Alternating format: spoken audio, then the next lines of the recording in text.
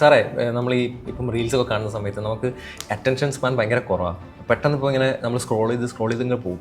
അപ്പോൾ സാർ ഇപ്പോൾ കുറേ കുട്ടികളെ കണ്ടിട്ടുമുണ്ട്.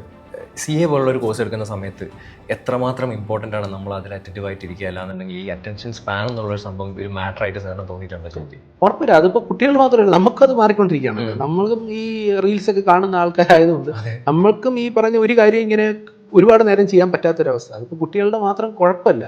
പക്ഷെ എന്നാൽ പോലും ഇങ്ങനെയൊക്കെ ഈ എല്ലാ ടെക്നോളജിയും ഇത്രയും സൗകര്യങ്ങളെല്ലാം വന്നിട്ടും ഇപ്പോഴും കുട്ടികൾ പാസ്സാവുന്നുണ്ട്. അപ്പോൾ എനിക്ക് തോന്നിയിട്ടുണ്ട്, അപ്പോൾ പിന്നെ ബുദ്ധിയിൽ വരുന്നു, നേരത്തെ പറഞ്ഞ പോലെ എന്തെങ്കിലും അവർക്ക് വേറെ എന്തെങ്കിലും സ്കില്ലുണ്ടോ എന്നുള്ളൊരു തോന്നൽ കൂടി ചില സമയങ്ങളിൽ എനിക്ക് ഉണ്ടാകാറുണ്ട്. അതായത് ഇവർ ഇത്രയും ഫെസിലിറ്റീസ് എല്ലാം ഉണ്ടെങ്കിൽ അവർക്ക് എന്ത് ചെയ്യുന്നുണ്ട്, അവർ പഠിക്കുന്നുണ്ട്.